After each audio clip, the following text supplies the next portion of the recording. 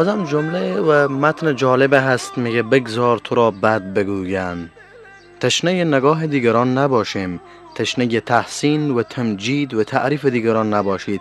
از دیگران طمع نداشته باشید، نه طمع مادی و مالی و نه طمع تحسین و تعریف واهی.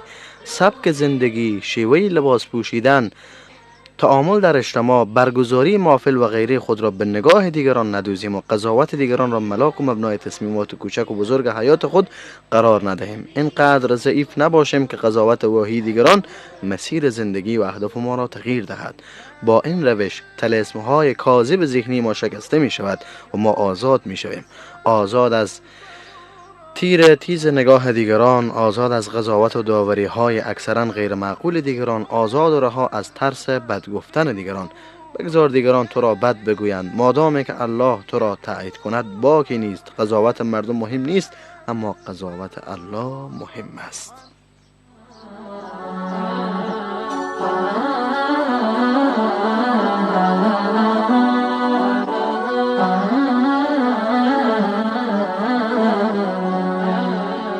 قسما بمن خلق الشداد طباقا وكسر بي خضرة ورواقا ما يأخذ